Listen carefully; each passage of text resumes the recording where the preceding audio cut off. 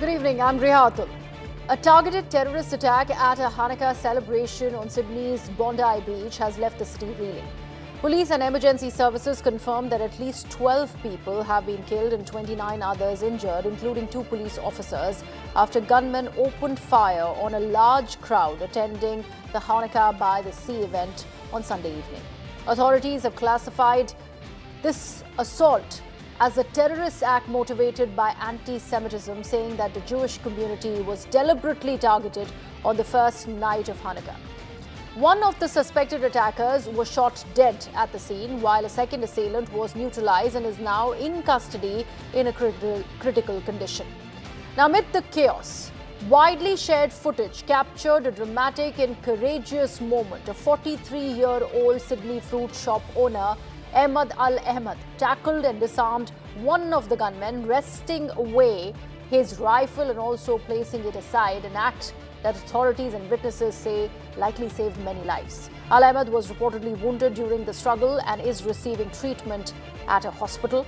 Police remain on the scene as a multi-agency investigation continues, including searches for additional threats and the examination of suspicious devices found near the attack site. Federal and state leaders, including Australia's Prime Minister Anthony Albanese, have condemned the attack, offering condolences and vowing support for the victims and their families.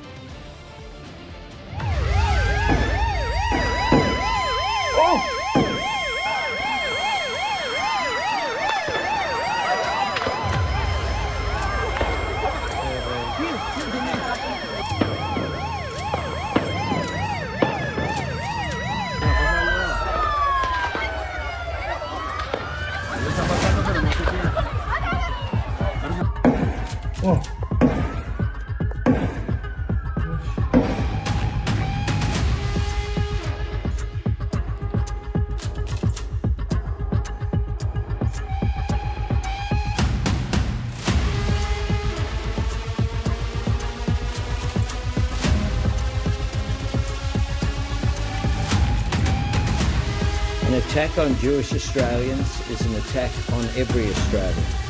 And every Australian tonight will be, like me, devastated on this attack on our way of life.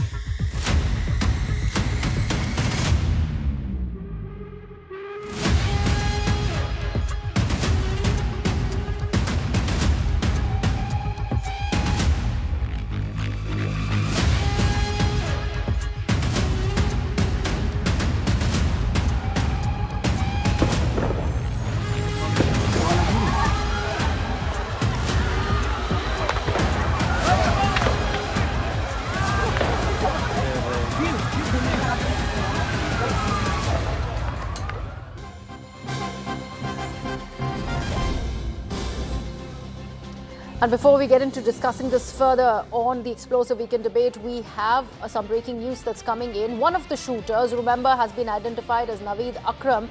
It is now being confirmed that he is a Pakistani national. My colleague Siddhant Mishra has more inputs on this. Siddhant? Well, that's right, Greha. So Manoj has brought this input for us, and it's exclusively with CNN News 18. So initial reports suggest one of the attackers is a Pakistani origin, shooter linked to Al Murad Institute, Heckenberg. Investigators have identified one of the shooters as a student enrolled at the Al Murad Institute in Heckenberg, New South Wales. Authorities are examining his educational and social background as part of the probe. The Al Murad Institute is a private religious school that teaches Arabic language and the Quran. It operates as a registered business entity in New South Wales. Official business records list Adam Ismail as the registered business owner of the Al Murad Institute. At this stage, there is no allegation that the institute or its management had direct involvement in the attack. Sources confirmed that one of the attackers is of a Pakistani origin. Investigators are finding immigration status, family background, and overseas linkages. Back to you. Siddhant, thank you so much for that information. But I'd like to understand from you, considering the authorities are still looking at the digital footprint of this Pakistani national, now that it has been confirmed. Naveed Akram belongs to Pakistan. He has been staying in the Bondi area of Australia, of Sydney. So that is also something that has been flagged by very many of the people who have shown concerns about the growing anti-Semitic activities from Australian soil, particularly from this very region. What is the update as far as that is concerned? Well, Greha, the back and forth between Australia and Israel have been going on from quite some time. In fact, in August and September, there were letters written by Prime Minister Netanyahu to Prime Minister Albanese, perhaps accusing him of fueling the anti-Semitism, the sentiment, the hatred, anti-Semitism in Australia. Because at that point in time, Greha, there were many marches, protests against Israel, which took place in several parts of Australia. So at that point, the Israeli government did take note of those protests and marches. Also, if you remember, Greha, ahead of the implementation of the first phase of the President Trump's Gaza peace plan, countries like Canada, Australia, United Kingdom, France, they supported the Palestinian statehood. So that was also not. So Israel was not happy with that announcement also made by these countries. So now the Israeli leadership is directly accusing Australia, holding them accountable for this terror attack, and perhaps they say that this is all because of the charged environment against Jews which Albanese government had in a way allowed to come up. Right. Thank you so much for that, Siddhant. In fact, we have also that image that is being posted by Adam Ismail, who is part of that very institute that that Naveed Akram was a part of. He's linked to that Islamic school and for which he was studying in Australia. And that image, that tweet has been posted. We are also putting that out before we go to our guests. Well, let me now introduce my guests. So joining us on the broadcast, Ashok Sajjanar, former diplomat, is with us on the broadcast. Also with us, Lieutenant General Sanjay Kulkarni, former DG Infantry Indian Army and security expert, is also with us. And senior journalist from Haifa in Israel, Lev Aaron, also joins us tonight, along with Charles Thompson, another journalist from Australia, who's joining us. Charles, let me begin with you. It is a very, very horrific situation that has emerged from Sydney, from the Bondi Beach in Sydney. The kind of reportage that has emerged, what do you make of everything that has happened in the last few hours? It's a reminder to us all that the Australian government, and particularly our politicians, have to take these things more seriously. The Jewish community has highlighted these issues before, and our politicians at the top did not listen and ignored their advice. And now we've had this tragic incident, and it's a sad incident for us all. And it's connected to me personally. I live on the northern beaches of Sydney, and I'm now in Delhi at the moment, but I just recently was in Bondi. So it's touched us all. It's extremely sad. And I hope and I pray that the government understands that we want to know a full account. We want to know, were they a genuine student? Did they come on a genuine visa? Is it a dodgy college that the person was studying at? And how this could possibly happen when we knew that this was, and had been pointed out, that this is a sensitive area. There had already been protests at Bondi. The police were already aware of it. There are cameras there. How did they get the guns? How did they get there? There's so many questions that have to be answered. And our politicians at the top have to give answers. Our police forces do a marvelous job. Our intelligence services do a marvelous job, but they can only do what's necessary if they're given the right instructions from our politicians. Right. Lev, this point that Charles is making, I'd like you to turn our viewers' attention to the kind of flagging that has emerged from Tel Aviv to Australia in the past, where they have spoken about very many of these anti-Semitic incidents per them. They have also, in fact, shared certain data which they had said these incidents have been on the rise. The authorities need to do something about it. Something which the foreign minister of Israel has also tweeted out while condemning this dastardly attack. What does one make of the accusations she's directly leveling against Australia? And it's not just her, it's also Benjamin Netanyahu, who's now gone on to tweet claiming exactly the same thing, that despite so many warnings, it fell on deaf ear, and this is what has emerged out of it. Hanukkah is like our Diwali. So emotions are high as far as the Prime Minister is concerned, as far as the government is concerned. as far as the Israeli public is concerned. So if Netanyahu blames the Australian Prime Minister quite bluntly that also he should be accused of this terror attack, it means, one, that emotions are high, and the second thing is that Netanyahu blames Australia for some kind of ignorance, that all these words of global intifada, that some people try to decode it like a peaceful solution of two states, one Palestinian, one Israeli, is simply, it is not what people mean when they say global intifada. What we've seen today is the manifestation of the global intifada.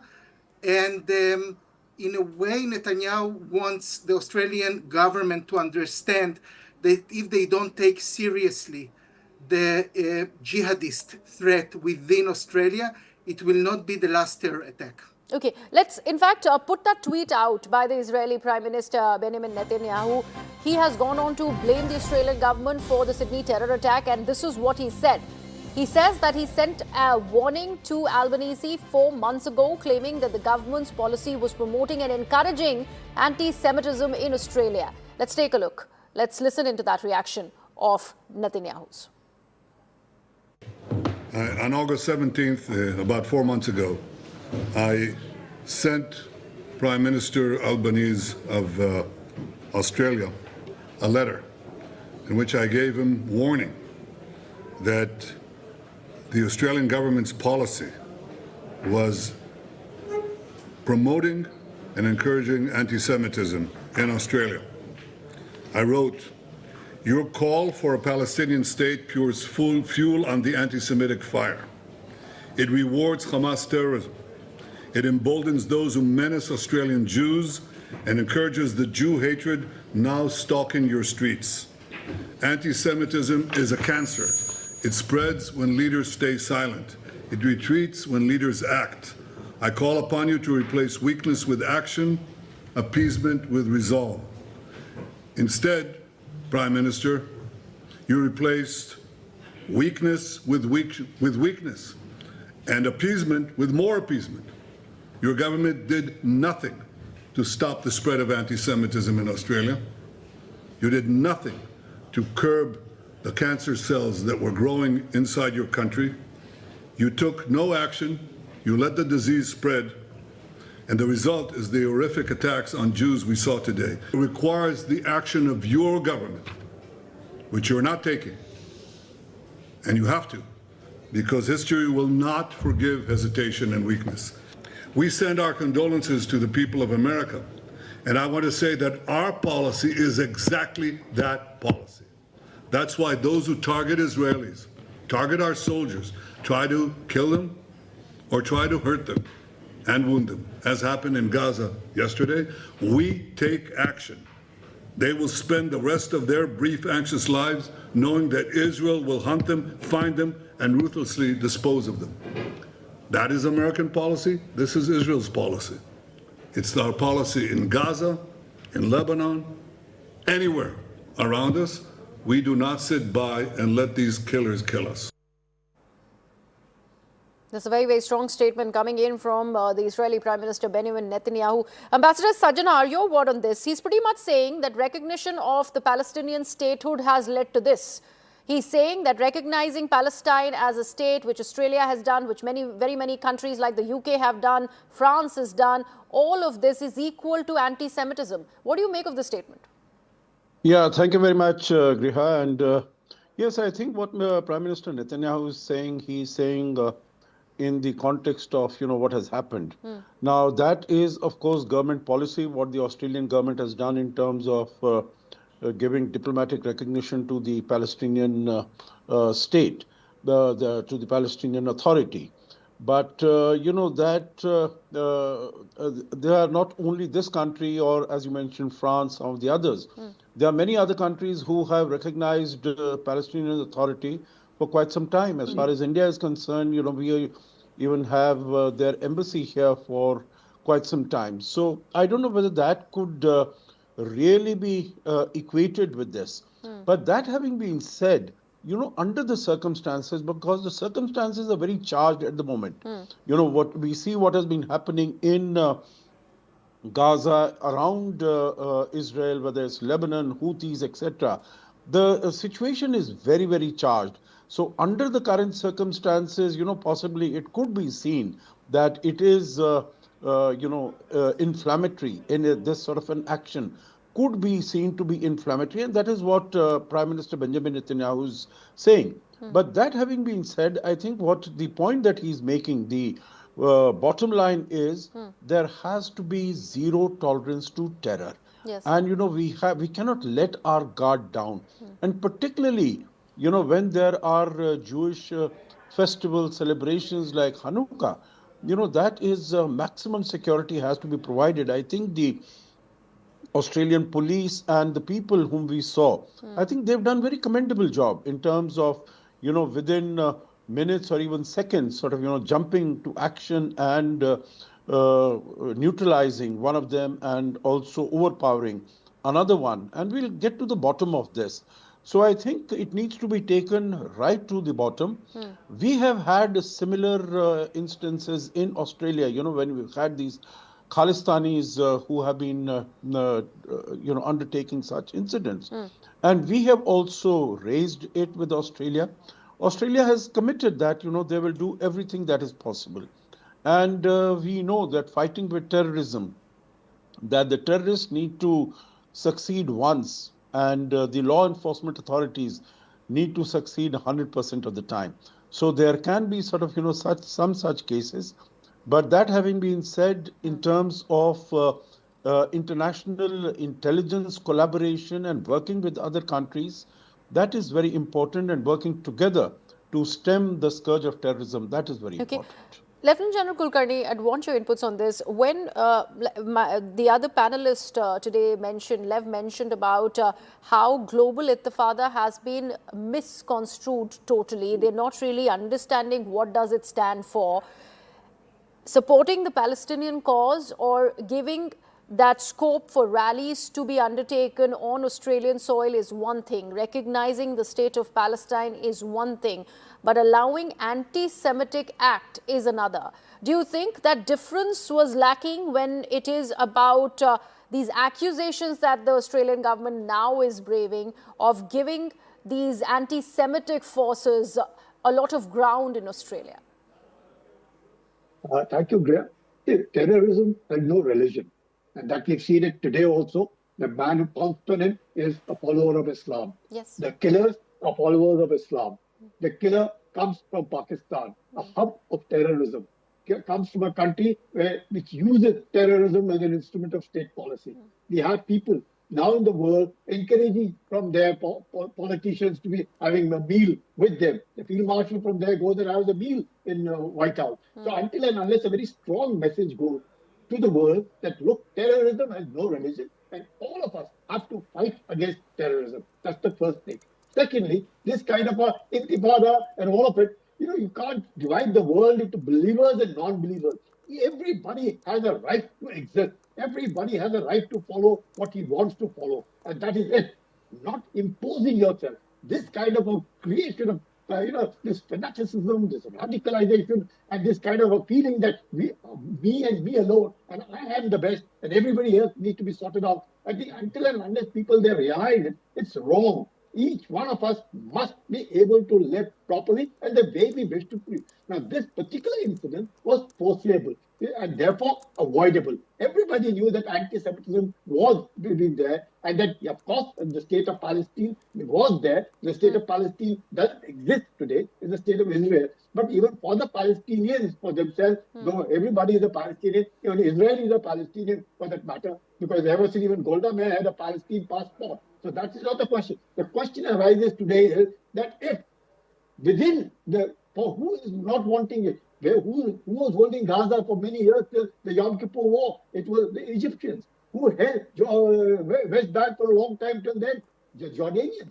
Who held the southern Lebanon? The Lebanese. So therefore, the question arises that to the Palestinians themselves, they don't seem to find support within the Arab Brotherhood. If that be so, there must now be an introspection. You can't force yourself, that I'll dump everybody into the sea or that I'll wipe out everybody and anybody. You can't wipe out. These ideologies have to be.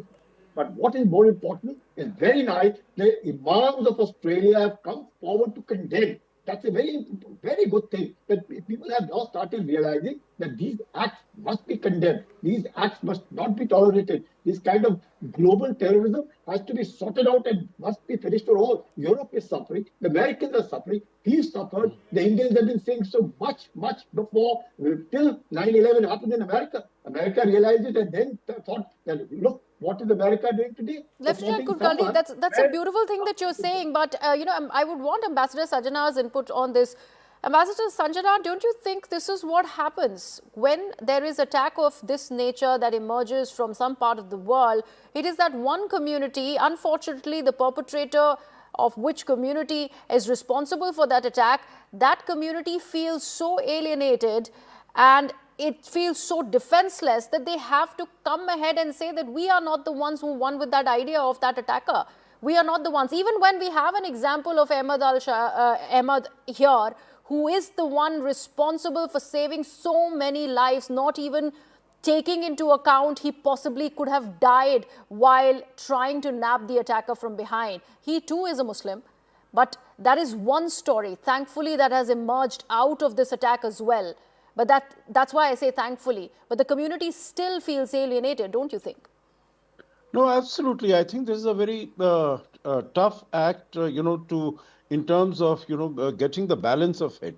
That, as it is mentioned that, not all people from that community are terrorists. That, of course, everyone understands. And everyone does understand that, terrorism has no religion, and you shouldn't really be pinpointing, as far as the religion is concerned. But then you find that there are a large number of people from that community. They need to come together. They need to condemn this so that the whole world also understands. Not that, it's the whole world who's talking about it and condemning this sort of an action. But people from that community are quiet, are silent. I think there is that responsibility on the members, and if they come forward and condemning, they will find that they have the support of all the other people around. So I think whether it is in terms of, not only the religious fraternity, religious community, but even as far as the political leaders and others are concerned, definitely they need to come forward and make an example that we are on the side of peace, of compassion, of truth, of justice. And we are not on the side of terrorism. Because terrorism cannot be justified for any reason whatsoever. Charles, would want your inputs here. Considering we just played out that reaction of the Israeli Prime Minister, he's angry, rightfully so, but he does go on to mention that there is a lot of appeasement on part of the Australian agencies, particularly the Australian Prime Minister, who he refers to have spoken to just 4 months back about this entire anti-Semitic act that's emerging out of Australia. Nothing, he says, was done about it in the name of appeasement. He is, in a sense, calling him complicit to what really has emerged today. What do you make of these developments and these very, very stern and strong statements that are coming in from Israel? Well, look, I can't really comment on Israel, but what I can say is our own intelligence chief and others, and the head of the Jewish community in Australia has come out quite bluntly and attacked our Prime Minister. Now, the question, I understand there's an international perspective, but Australia is an island. Everybody who comes either comes by boat or by plane and is vetted. The question that every Australian is asking, and by every Australian, I mean from every religious community and every new migrant that's now settled, are the people who are coming being vetted? After COVID, we allowed a huge number of people. Now, when you have a dispute like in Palestine and Israel, or you have Ukraine with Russia, or you have in the African countries, the question has to be asked, are those people being vetted? Now, if you have a country... You think even Al Murad University needs to be investigated upon here? No, well, okay. It's unfair to pick on that university. Okay. Of course, the question has to be asked, is it legitimate? Now, we all know there are many colleges in Australia that are set up as work factories. The kids are not studying. They don't want to study. They just want to work. Now, we have to stop this. The government has it in its power. We have to stop a lot of what's going on. And the intelligence agencies know it. They briefed the politicians. Our current politicians, the Prime Minister, the Foreign Minister, and the Home Minister, they knew there was tension. In fact, let's just pause for a moment and think about this. Bondi is an iconic beach. It is so iconic. There are cameras. Absolutely. In fact, people have been arrested for just loitering and doing silly things on the beach.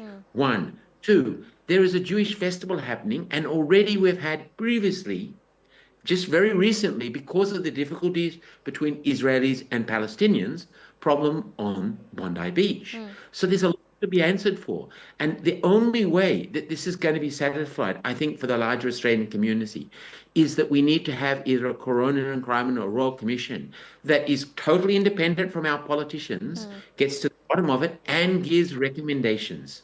We cannot, and I repeat, and we cannot. Charles, that's a very pertinent point that you're raising, because I really want to understand, how did guns also come in the picture? Because Australia has the lowest gun death rate in the world, and yet we see this kind of a mammoth attack, mass shooting, and that too at a Hanukkah festival. But that can't be explained. It's very difficult in Australia to get a gun. You need a license. How did these guys procure a gun? I know there are organized criminal gangs in different states of Australia, and this is a problem, and many of them are from the new migrant communities. We know this, but there has to be zero tolerance. This is a wake-up call for all Australians, regardless of what religion and regardless from where they come from. Because I can tell you, for a majority of the new migrants to Australia, they don't want any part in it. They want absolutely. to live happy. Lev, I would give you the final word. The kind of reportage that you see emerge from whatever has happened in Sydney and how horrific everything is, what do you make of these developments, Lev? And do you see any hope with the kind of response that is emerging from Australia, the kind of condemnation that is happening globally, world leaders like our own Prime Minister Narendra Modi, condemning this attack in the most stern terms possible, and talking about how terrorism cannot be given any kind of ground? What do you make of all of these developments? I just see 2 points. The first point is... Lev, yes, go ahead. Point was, the Prime Minister of Australia has to meet the Jewish community, and the rest of Australia has to understand and appreciate that the Jewish community Charles, is now... Absolutely. Charles, I am really short on time. I have to give Lev the last word. Yeah. Okay, we simply hope that the euphemism and the doublespeak were manifested today. We saw what happens when you simply not use the right language, not use the right policy. We cannot imagine a situation that each and every Jew, when he or she want to have a festival, they will need 1 lakh of police people around them. This is not something that we want to digest. I think this is something that India understood long time ago, and I hope the West and Australia will also understand. Right. Thank you so much for all of your inputs, gentlemen. Thank you so much for joining us as Sydney and the world reflect on this tragedy that unfolded at the Bondi Beach Hanukkah celebration. In the face of that senseless violence, Ahmed Al-Ahmed's courageous act of confronting and disarming an attacker helped spare countless lives. A reminder that even amid the darkest moments, compassion and bravery can shine through. Thank you so much for watching.